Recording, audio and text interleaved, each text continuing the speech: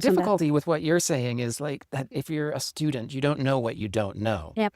That's why I So want it's to share great. those tips. Yeah, no, But that's like, oh, okay. yeah, Yeah, but it's good to learn these things and then to start kind of keeping new things in mind always as you're generating these the prompts. suggestions. But If someone again, is listening to us right now and say, well, I will continue working on my own, just be aware of that. I remember a chat, it was like, oh my God, I already kind of speak Spanish when it doesn't matter anymore. yeah, kind of feeling like I was arriving at my goals, but it had all been for naught I because now remember. AI appeared. Escuché la banda que me mandaste, la de Blue Nile. Blue Nile. Ah, sí, la banda Escocia. Sí. Sí, muy buena. O sea, Escocesa, sí, es así, ¿cómo se dice? escocesa. Escocesa. Y no sé, como que tú me has recomendado mucha música y me gusta, pero Ajá. esa dio en el clavo. Yo dije como, "Oh, ¿qué es esto tan hermoso? Me encantó. No sé, como que tiene que ser triste y deprimente para que a mí me guste. Sí, es un poco de eso, son canciones como lúgubres, ¿sí? O algo así, Sí, como... sí. Como tú lo describiste, yo Sí. dije como, ay, ¿por qué lo habrá dicho? Tanto así que se lo compartí a mi hermano. Dije, mi hermano, ay, mi hermano va a morir. Y ayer estuvimos hablando de la banda y del cantante y todo, y me dijo, estábamos hablando como de qué podría ser, y me dijo, me parece como de Police. Le digo, sí, pero como si de Police fuera triste y estuviera como Simply Red también un poco, y The Ah, Cure. O sea, yo sí. dije como si The Cure, Simply Red y, ¿cómo se llama el cantante de Police? Sting tuvieran un hijo. Sting. Sí, lo veo así un poco. Es interesante que pues menciones Simply Red, porque Un es poquito, una ¿verdad? banda preferida. Sí, me gusta Simply Red también, pero lo que me pasa es que usted sabe que soy fanático de la música ochentera, ¿sí? Entonces Sí. como un poco lo mío, pero se me acabaron las canciones como comunes, Como las más... obvias. Entonces sí, estoy como indagando un poco más en ese género, buscando esas joyas ocultas y siento que esa banda sí es por esa línea, un poco, porque pues no la conocía antes y estoy intentando recordar dónde las encontré por primera vez, pero no sé, es la atmósfera de su música que me impacta y es como súper, de alguna manera hay algo muy controlado en su estilo, pero también suelto a la vez. Es esa dinámica como algo que, ¿cómo se dice eso en español? Dicotomía o algo Sí, así un poco. sí. Sí. Entre el control y también como la improvisación, una dicotomía. Y de hecho en ese álbum hay como diferentes versiones de la misma canción con otra voz. Por ejemplo, grabaron porque obviamente cuando graban esas sesiones tienen un montón de opciones. Entonces Sí. hicieron mezclas con diferentes grabaciones. Sí, súper, pues me gusta mucho que pues, le encantara, profe. Sí, mira, tuve un pensamiento similar a lo que tú me acabas de decir, como de no se agotan las opciones. Parece que todavía hay cosas que te pueden sorprender de Ujú. esa época. Eso fue lo que Mi pensé. amigo productor de música me decía que creo que se mudó, pero yo no sé a dónde exactamente, o sea, los detalles aún por Está en entender. otro lugar. Pero sí, está en otro lugar, pero está descubriendo, por decirlo así, un montón de música soviética de Wow. los años 80. Entonces, sí, Como pues nuestro descubrimiento de música estoy a japonesa la de los espera 80. de, sí, de Sí. tener un montón de música nueva de ese periodo. Sí. Te veo en 25 años escuchando música albanesa de los 80. Sí. Como agotando todo el Hurgando en planeta. lo que queda, sí. Sí. Ya, lo veo en Ay, el chévere. futuro. Lo veo en el futuro para ti. Vas a seguir Ah, buscando chévere. música. Bueno, empecemos. ¿Sí? Sí, al Ok, podcast. perfecto. Okay, so David, we have a Hi. topic today. We have a topic today that we have been touching here and there. And it's funny because sometimes it gets me in a good mood. And I think it happens the same to you. It gets me positive and I think that is going to be all right. And then sometimes both of us are extremely negative and we Mm-hmm. destroy the universe in our conversation. So let's Yeah. see how it gets us today.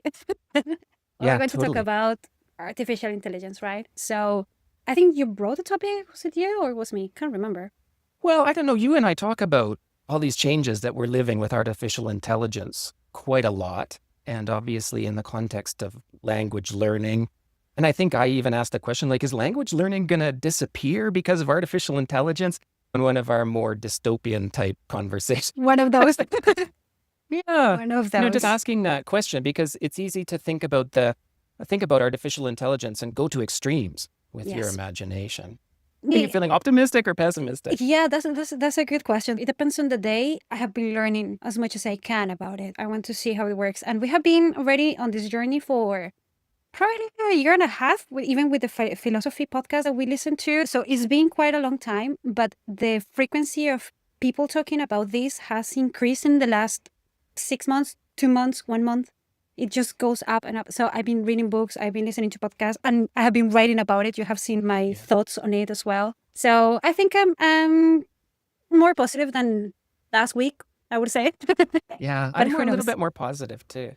It's interesting that you mentioned that philosophy podcast and the explanation that they give about how those generative models work. We should definitely put that information in the chat for the people that are listening, because I found that to be just an excellent kind of jumping off point, and it's in Spanish, so it's good for practicing listening comprehension. It is You're much nice. more studious than me. I mean, I think you know more about AI than I do, but I have kind of an intuitive approximation to all of this. I've got this kind of divided into a couple of ideas. Like personally, I don't think AI is going to end language learning at all. And I started to ask myself the question why, and I realized that we communicate for a lot of different reasons. And I began to think a little bit about some of our interactions, especially like spoken language type interactions, are kind of have to do with business and commerce, and they're transactional and sort of temporary in nature. And I think some of those types of interactions, I can really imagine people using some kind of AI to facilitate communication. So that could be, for example, you're traveling and you get in a taxi cab and you want to give some directions to the cab driver. Well, that's great. You could do that with technology. Or I can even imagine Zoom meetings with people working on something in different parts of the world. Maybe they don't see each other all the time, but they need to have a meeting and there's some kind of technology to facilitate that. So I see that kind of stuff as like transactional, temporary, commercial. And then there's that social and cultural kind of communication that we have that's maybe not temporary. It tends to be about relationship building and happens over time. And I really can't imagine those kinds of connections developing with a machine, some sort of translator device in between the people. So I'm talking about like your relationship, if you want to have a significant other who speaks a different language or interact with their family. Maybe it's the extended family that speaks that other language. Or if you're going to move somewhere, you're going to have to learn the language of that place. Or I don't know, there's just a million examples where there's a relationship there.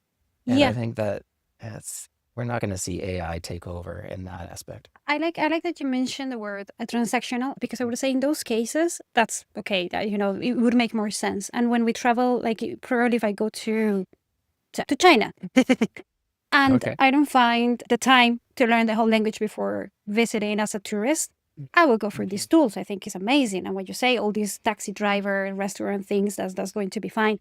But when you want to build a relationship, what you were saying about the finding a significant other, but I just, even if you already are married to someone or you just found the love of your life in your own language, I wouldn't imagine myself building any other sort of relationship, even the simplest with your neighbors, with a robotic tool. No. I don't know. No.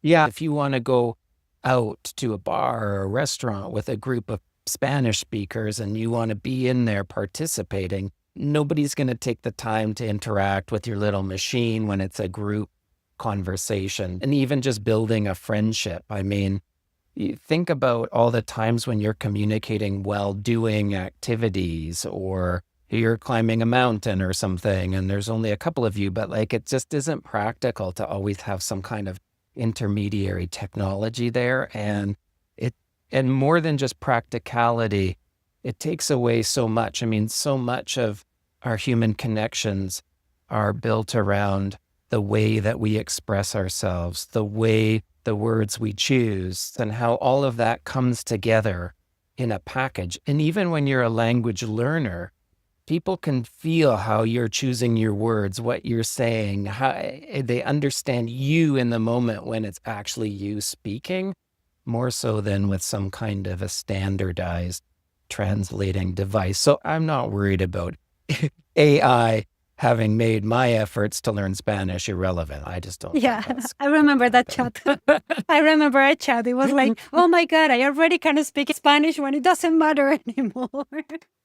Yeah, kind of feeling like I was arriving at my goals, but it had all been for naught I because now remember. AI appeared. I think everybody's feeling that, Yes. though, in some aspect of their life, whether it's language learning or anything. But Yeah, you got to take a step back and analyze a little bit. I'm definitely. loving AI as a tool for learning Yes, and Spanish. I wanted to make the point when I was making my notes for today's conversation. I thought, first, if it's going to replace entirely the experience of speaking the language from your brain to your mouth, let's say, Mhm. and secondly, how to use it properly, because I think it's an amazing tool, but I also want to aware people who are listening to us about the little mistakes I still find and the reason why I would still suggest to have some human sort of guidance. I don't want to be pessimistic about it. I think that the AI is amazing. I also have seen some glasses that they're projecting, I think Meta or Google, with the subtitles. So you put on your glasses, the person is talking, and you will read the subtitles from your glasses. So if both people are wearing the glasses, you see the subtitles of the conversation. So it's not a robotic voice anymore, let's say. It's like the Right, person literally comes with subtitles. I still think that although it's a great tool and probably is going yeah. to replace many interactions, like you won't need to go through the other language to be able to have some interactions. I could imagine probably more than 100 situations where that wouldn't help you to build connections. If you want to, do business internationally, I don't know if people are going to trust No. you or get to know you, because your wittiness, your sense of humor, your choices about the words that, as you mentioned, are going to get lost. So I can see that there will be lots of aspects of humanity lost with that, but transactionally probably would be a good solution. I think at the end, the people who are going to take the journey of learning a second language are going to be people who really commit because they have a very strong reason. So I'm happy about that. No? Like, and to me, language is like a social art. And so it may be that AI can complement or be an element, a tool in kind of your toolbox for learning. And it certainly is for me, but I can't imagine exclusively using AI to try to learn a language. I mean, you're learning a language to interact with people. And so one of the ways that you can practice all of that is with a human teacher and their experience of the language in their cultural context and all of that.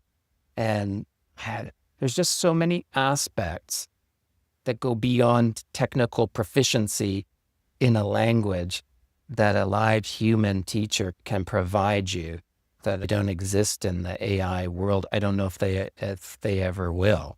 And then even beyond that, it's the desire. Like, do you want to be talking with people or do you want to be like an AI person? Like maybe that sounds ridiculous, but I love AI. I have a love-hate relationship with it, but I use it, I'll tell you like a little trick about something I discovered that's quite good with ChatGPT. If I'm listening to material, like this happened to me this morning, I was listening to an interview with a policewoman from Mexico, and she said something, and I kind of captured some of the syllables, but I just didn't know exactly. I knew she was talking about either where she was from or maybe her indigenous heritage or the region or something. Anyways, I go now to ChatGPT and I say, hey, in the context of somebody in Mexico talking about blah, blah, blah, like this is what I heard. And I typed in Spanish phonetics what I think I heard. Mhm. And ChatGPT is amazing You at found kind it. of sorting it out and saying, you know what, it probably has to do with either maybe these regions. Are we getting close? Maybe she was saying she's blah, blah, blah from this region. It's really good at that. Yeah, Uh, there are many advantages, and talking about the human part of it. I think that in this dynamic that we have in this podcast, I feel a bit uncomfortable being the romantic one about the human part, because I just think that I would sound like I'm justifying my existence as a Spanish tutor. That the fact that you say it, David, is fine because you are the one who's experiencing the whole thing from, being an English speaker, which is the most spoken language, to be a Spanish learner who is a language that you have chosen because of your connections and your decisions in your life. So it's fine that you say it, but I think that if you can combine those tools instead of being, negative and pessimistic and hate per se AI, you will get amazing results. So the example that you have just given is one of them. It's just helping you to, uncrypt. What is the opposite of Yeah, kind of decode maybe a word that you don't understand. Yeah. Decode some aspects of Spanish. I just have some list of discoveries I have, and probably you will have some ideas about it because we both have been playing with AI for, languages in general. So suggestions that I would give to people who are listening to us and want to make the most out of it is you really need to be very good at prompting if you are looking for advice about what is the best way or what is the meaning or how to use it or how to use the sentence. Give me examples. Because what I have found as a native speaker of Spanish, and the reason I double click on Spanish is because it's not the most spoken language in the world, is that sometimes you find the contamination of English in the answers from ChatGPT. Don't know if you have noticed that or if you are sensitive to that. If you ask ChatGPT, hey, is your Spanish as good as your English? It will tell you no, because I'm primarily trained on English and I rely on translations and so forth. So there are some reasons why you're seeing that, like at a technical level. And also because, as you say, there's just not as much content to train AI on. So it's going to have that bias towards English for sure. Because of its own nature, because if it's a predictive system, who is looking for the best possible answer, and I just want the people who are not too aware of it to say, okay, AI works on prediction. They predict the next words based on the previous ones or the context that you have given through the prompt, right? If it goes for the best possible answer based on statistics, and most of their knowledge is built in English because the internet is mostly in English, right? Is going to go for answers to, translations that are sometimes literal from English. It will tell you, yes, this is the most common way of saying it in Spanish. And I have seen many times when I just look at it and you are translating from English. I can say it because I'm a native speaker of Spanish, so I can see, I will never say that. That sounds so, what would it be like? It sounds affected, you could say, like in the sense that it's unnatural or forced. Yes, exactly. So I just think, you have to be careful. If you are using the tool, just be prepared for that. Maybe changes, and it has a lot of knowledge in Spanish, but right now that's one of the warnings, I would say. If you're going to find a solution, just be prepared that maybe could happen. That it's going to take a lot of cognates from English because it's the easiest and the fastest way, So right, but not necessarily the most common ones. The way you're connecting that to the way that AI works, in the sense that it's predicting the most likely result, and that's typically connected in some way to English, or could be. Yeah, I've been thinking about it. I don't know, you're scaring me because I use AI sometimes to differentiate between synonyms, and I say like, oh, hey, in what regions are these used and what do they mean? And I think it's kind of fairly good at that. But again, that's something that you and I should probably go over some of the results together to see if it's really giving me what I want. It could be okay. It could be okay. So I still don't say that all the results are bad, because I've found it very useful for some clarifications of some doubts that as a native speaker, because I try to go for the broadest and more effective way to say things, not getting too colloquial, too regional, unless it's necessary. I use it for double checking, but I have found those things. The other aspect. Yes, punctuation. Punctuation in Spanish. Okay. You, back in 2021, were the first person who said it because you are very perceptive on, Perceptive. Yeah. on punctuation, is that our punctuation in Spanish is different. Yeah. And I have asked the different models because not only ChatGPT, I've tried many because kind of obsessed with the thing, right? Claude, all of that. And they always give you English punctuation. The decisions, the hyphens, the semicolons, all of it is like, you're following English. You're giving me a text in Spanish. Proper Spanish With is English correct, punctuation. but with English punctuation. And it's like, yes, but you are not preparing anyone to the real life. That's a blow for me, what you just said, because I've sort of been putting off really like dominating the Spanish punctuation. And that's just something that I haven't been focusing on. I'll get there eventually, but my interactions with these generative models have made me feel a little bit better about my punctuation in Spanish, probably because of what you're saying, like they're punctuating in the English style while writing in Spanish. And it made me think like, oh, I'm not that far off. That's sort of how I would do it. But you're right. It's just another contamination or kind of crossover. I wonder And if it's that's going to natural. influence how our languages are spoken, like those kind of cross contaminations, and our interactions with AI will probably bleed into how we use.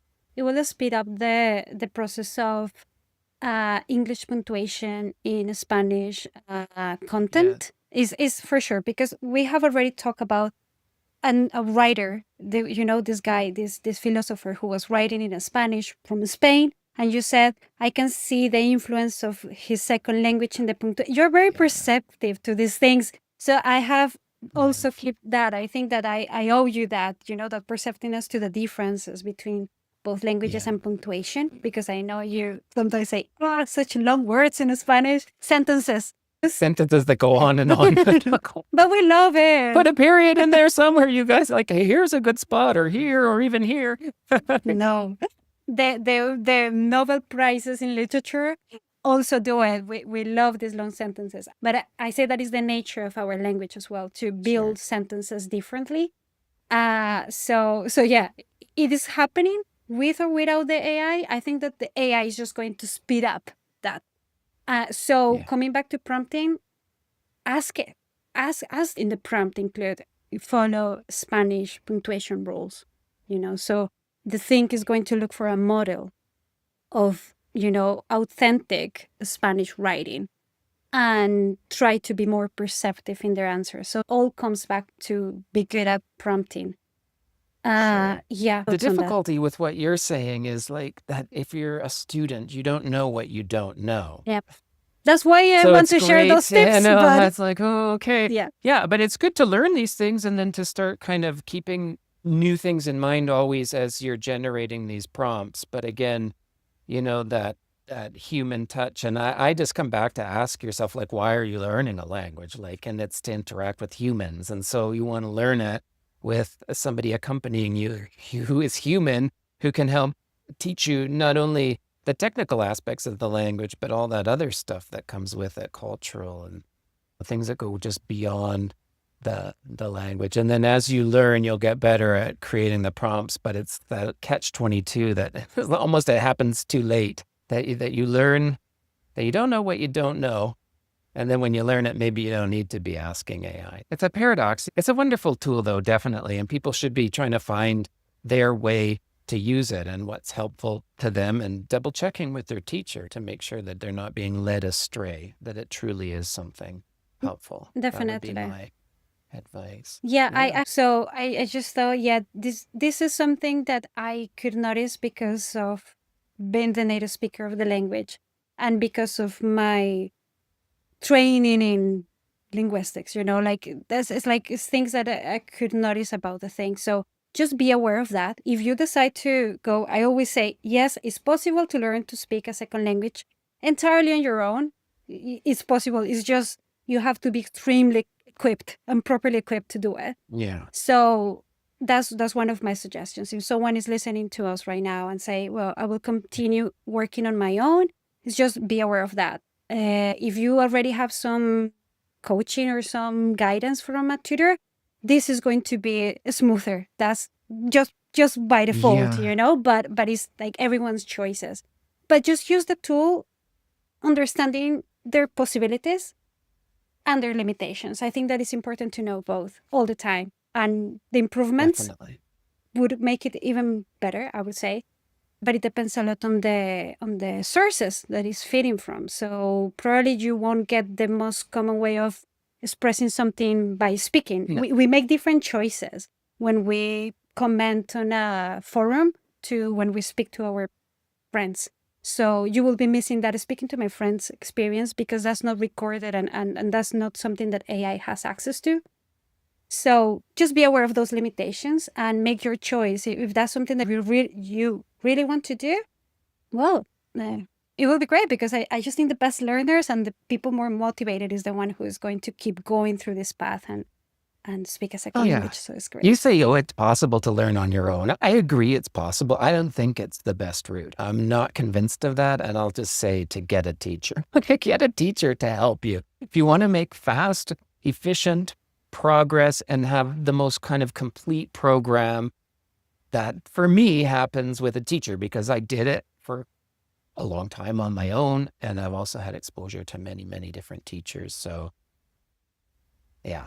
Anyways, but that's kind of a topic for another day too, like how Yeah. to find a I think teacher. it's just naturally going to go for the next episode. So that's I perfect. also think about like AI and this idea, and not to talk too much more about it, but just like my own personal experiences that I've had that I just simply could not have had with some kind of AI translator. And one comes to mind. And last year I was traveling through Ecuador.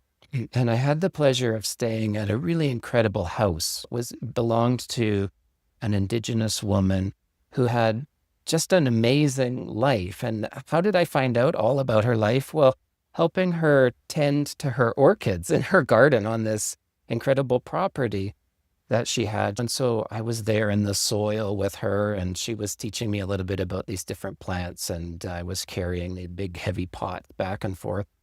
But she told me all about the crafts that her family made and how she had actually been the subject of a documentary and traveled to Los Angeles, but in like the 60s or 70s. It was a really incredible story, but was also trying to sell handicrafts in Los Angeles. Anyways, it was just like an amazing life story to be able to know and to just share with somebody while doing gardening. And I just can't imagine that she would have opened up to me in that way if I had a cell phone or if I asked her to put some glasses on. I just, maybe, but it just would not have been the same, and in the end, she came over because I had a separate house on this property. And she came over and built a fire for me with eucalyptus wood, and it just smelled so beautiful. And she brought me a copy of the DVD she had of the documentary that was made about her and put it on and gave me some little delicacies from Ecuador to eat. And I sat there in that beautiful old house watching that documentary, having had a conversation with her all about her life. And I just feel like that was such a rich experience. And would AI have been able to mediate all of that? I think so. So just imagine, I was just thinking, I would challenge anyone just to imagine that through the subtitle glasses. People won't open up the same way. They can have a nice conversation. You can know that she was in a documentary. Probably that she would mention it, but not with the same engagement as knowing that you were listening to her. It's about that. It's like you're understanding. It was about so much more than the words. It was about that we developed that connection. It was about that we were touching the ground and carrying the orchids. It was like we really developed a kind of a trust, I just know that none of that stay or that experience would have been the same with AI. There's no way. Well, I have to mention that situation where we also thought it was already quite critical and complicated to just imagine asking someone to turn on an AI service or something to communicate. So I would love to hear your experience, because I think there's no other way to simplify it better than that. Are you talking about my experience on the airplane? Yes. Oh, yeah. Yeah, we were talking about that. Oh, boy. I was, I think, traveling to San Andres, which is a Colombian island. I was flying there. And this was kind of when I was a bit like, I would say, an intermediate Spanish speaker. I was fairly good, I could do my things, but still struggling a bit. And it was an airplane that had 3 seats, and there was a really lovely woman sitting beside me, and then her very elderly mother beside her. And we got talking just about why they were going to San Andreas. And the mother started to feel very cold, and I could see she was shivering and so on. So at that time, I was wearing a hoodie that I really love. Like, it was kind of like a ninja hoodie. And I offered it to the old woman because she was cold, and it surprised me that she said yes. So I took it off and she put it on, and I continued to have a nice conversation with her daughter. And I was feeling really great about my Spanish because here I was talking to somebody on an airplane, and that's why I had been learning. But the mother started to get feeling worse and worse. And then it became apparent to me that she was having a bit of a health crisis because the daughter, the person sitting beside me, was talking to the stewardess. So I just said, guys, I'm going to go to a different seat and just allow you to have some more space and privacy here. And ciao. Anyway, so I went to the back of the airplane, and very sadly, there was an announcement. Was there a doctor on board, asking the other passengers? And somebody said that he was. And I could see from the back of the plane that they had the grandmother laying in the aisle, and they were giving her oxygen, And so it became very concerning. And when we landed, I think an ambulance came and took her off the airplane, but she was still wearing my sweater. She still had my hoodie on. And I was thinking, oh, gosh. Later in the airport, I saw the daughter, the woman that was sitting next to me, and she was clearly upset. And if my Spanish had been really good in that moment, maybe I would have been able to go up to her and say, how is your mother? Or is there anything I can do? And maybe there would have been a way to sort of mention my sweater. Get it back. Oh, but both, but I was at an intermediate level with my Spanish. So there was no possibility to go up and say oh, I hope your mother didn't die. I just didn't have the resources to talk like that. And I certainly could not have walked up to her with my cell phone and pressed hey, can I have my sweater back? Come on. Puedo tener mi suéter de regreso.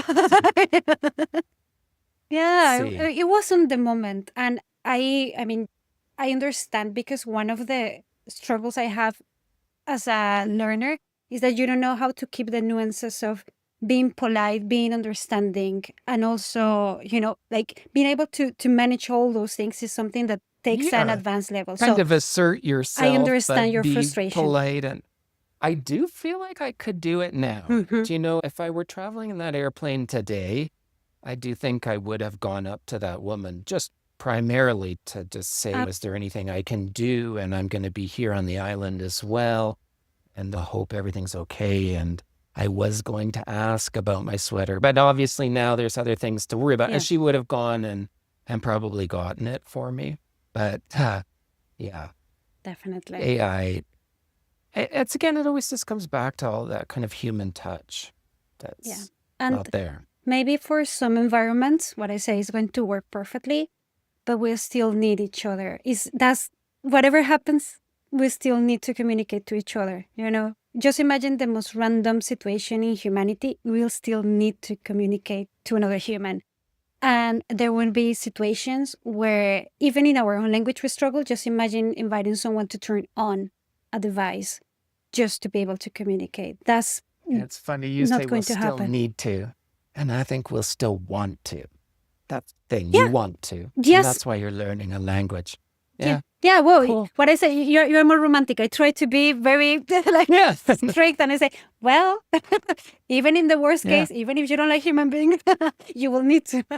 But I know, and we learn languages because of seeking that connection naturally. There is something that moves us to open ourselves to another universe. So I think that if someone is listening to this conversation, it's because it has that sensation, that need. So yeah, I think it's completely valid to keep going and to use it wisely. That's my invitation. It's just use it, definitely. I feel positive today. Just be aware of how it works, understand Yep. it, and keep going. Yeah, keep going. It's going to help you a lot if you use it correctly. Good. Yeah. Well, so thank you very much, David. And well, if you want to share your own stories, it would be interesting to see cases where people say, well, it wouldn't work for me in this case when I met my husband, Oh, because yeah. there's people who got married with a Spanish speaker. Or this moment when I connected with my grandma because she speaks Spanish, I don't. It would be beautiful I'm a to. doctor and I have to have that trust with my patient. Yeah, there's a Yes, million there was an possibilities. emergency where, again, similar to what happened to the grandma, it's like there's no moment really with this distress and frustration to invite someone to communicate through a tool. It will be lovely to hear it. So thank you very much, David, and see you next time. Thank you for having me, as always.